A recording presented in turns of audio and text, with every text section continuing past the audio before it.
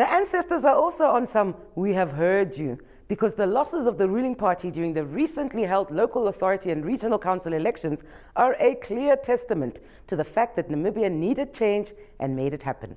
Political analyst Vitalio Angula shared his thoughts on how the elections went down. No, it's been an exciting election. I think it took place in a free and fair manner. The return of the ballot papers was a welcome improvement. Over the years, there has been a problem with the EVMs because of the lack of transparency and the lack of accountability. You going to punch your vote into this computer and you don't know what happens in the computer.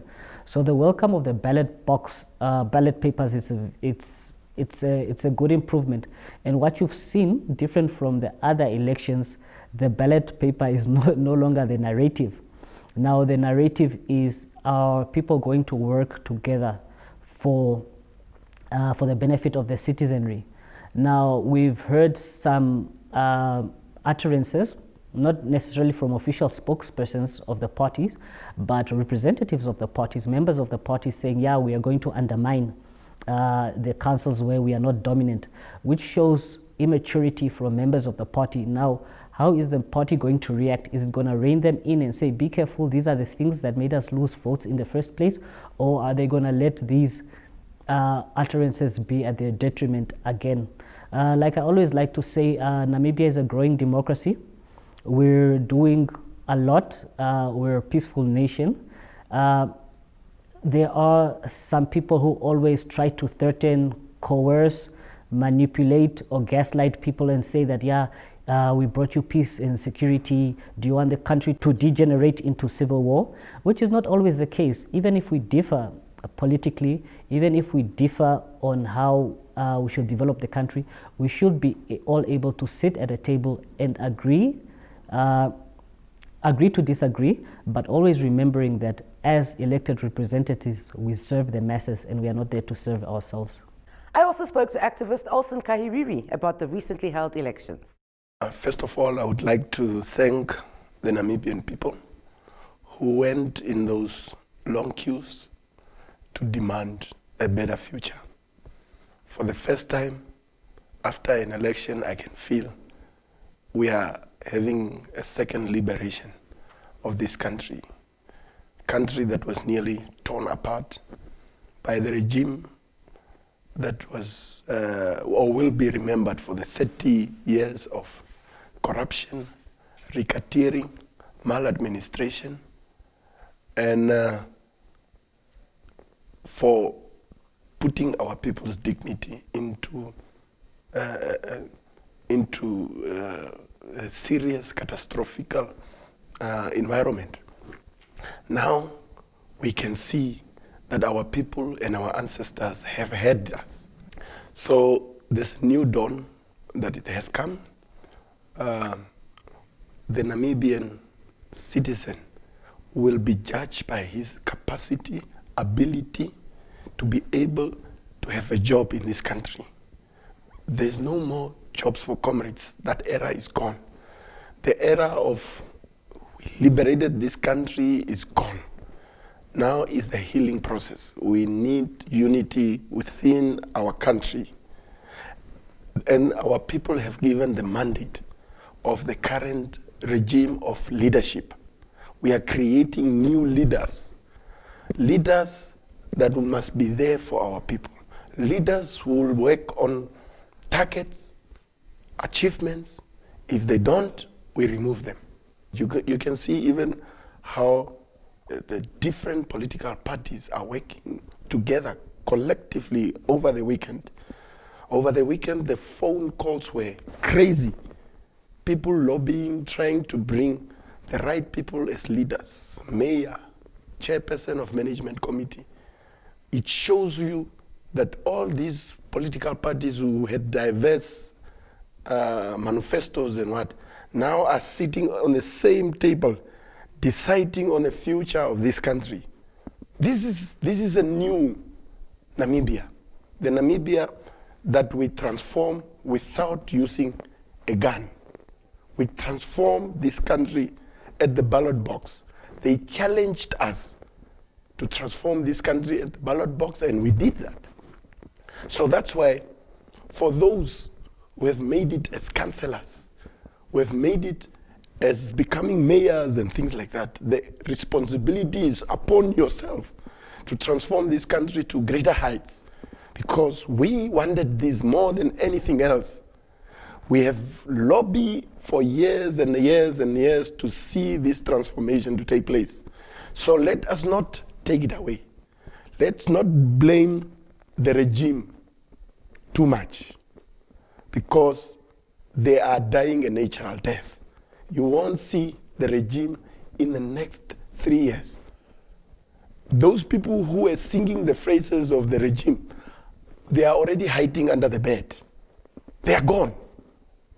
And it's good that our people are breathing a new lifestyle, a lifestyle of a new Namibia that will accommodate everyone, from Caprivi to Kietmanshoop, from Walvis Bay to Okakarara. The people have spoken. From Kunene region, it's amazing how people took over their own regional councils back from the regime. They thought they were too powerful. But this is this message I want to send to the Namibian people. How do you eat an elephant? An elephant is chopped on a day-to-day basis. The regime is gone. We just have to go and prepare their burial, because now the people are in charge of this country. And it's a message that can go globally, that we never used a gun. We never used a gun. Namibia is known as a peaceful country, but we've shown that there's a transformation of leadership peacefully. The silence from the SWAPO party was rather deafening as the loss of some of their strongholds was announced following this year's local authority and regional council elections. I asked activist Olsen Kahiriri and political analyst Vitalio Angula to share their views on why this could be. They are preparing their visas. They are going on exile because we are going to put them in jail, because they must account to the things that they have done to this country. So it's not silence. They are preparing where they are going to stay, because they are leaving this country. We have driven them away from the brutalities that they have done to the Namibian people. It's not silence. The people don't know what to do now, because they thought they were so powerful, but they are not. So those countries where they have banked our money is where they are liaising to, because they are moving to those countries. It's China. Because if they don't go on exile, we'll make sure that they join the other guys of Fish Road in jail. Because they must account to the destruction that they have done to a Namibian child who was deprived from the benefits of this country over 30 years. So the regime is not silent at State House. They are packing. They started packing. They are going. Ordinarily, it would not be the president who would speak about the results. It would normally be the Secretary General of the party. And what I have found is that she has actually spoken through social media platforms such as WhatsApp, which speaks of also the ruling party still not taking the citizenry seriously. I think since voting finished on Friday and results came out Saturday, Sunday, some are still being verified. I know there are still 3 towns which in the south which are being disputed. We would have found something formal which comes from the SG of the party, who is the highest ranking person to speak on behalf of the party.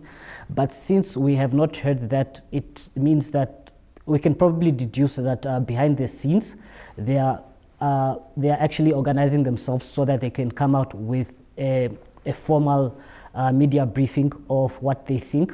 But I think also as a party they'll probably speak first to their constituents, to their voters and to their members. I've heard that there's a meeting taking place, a Politburo and a CC meeting. Then probably only after that they will have a formal briefing, or the president will brief the whole SWAPO party, since he is the chief of the SWAPO party. But I think they're also taking their time out, getting all the results, getting different viewpoints, having those results from the towns which are being disputed all come in, so that they do not preempt what they are going to say. Very little drama was reported during the recently held local authority and regional council elections. However, the LPM held a press briefing where they displayed a bag of drugs that they claim were to be used by the ruling party to disorientate voters. Vitalio Angula shared his views on this. I mean, with the propaganda which they were talking about concerning the drugs, I felt like it's really a criminal case and it's something they could take to the court, but I think it was a political party trying to get all their attention, trying to spin doctor, trying to control the narrative. I think it was quite low, but sometimes in politics people do stoop low and become opportunists. So sometimes you also, some of the things they've said as a party in the past, that the SWAPO party was ferrying in people to the south during a lockdown when it would have been so visible, but there was no evidence. We've come to expect such things from them. So it wasn't surprising. I asked activist Olsen Kahiriri whether he noticed any irregularities whilst the country voted. There were few things that were not correct. You can see the people that are challenging the elections is the regime where they have lost brutality. So they realize that now for the first time, elections can go against them and they have to go to court to challenge these things and what. But ECN was their house the whole time. But they have realized that there is no more that they can steal. They try and cook votes here and there, but it never worked. I don't want to complain about how some of the people won in some constituency, because leadership is about accepting the defeat. SWAPO should accept the defeat and they should not blame anyone. They have brought these things onto themselves. The president was challenging people that meet at the ballot box. They have met the people at the ballot box. They have said, youth, go and vote for yourself. The youth went in big numbers and voted for themselves. So the regime has backed. I love the energy that they are going on exile. The exile that they have been speaking of. We went to liberate this country. That's where you are going to return. Because what you have done for the 30 years was destructive. So you don't belong in this country, maybe. Because what you were doing, selling our land to the Chinese and all these things. And I want to warn the Chinese that the debts and arrangements that they have made with the regime, we are not going to be responsible for that. We are not going to be responsible for the debts that were created by the regime. We are going to be responsible for our own actions, not the actions and decisions taken by the regime. So we are not afraid of them, because what we have done, we have reclaimed our country. And it's for you as a Namibian citizen today, you should be proud to be a Namibian, because the people have spoken.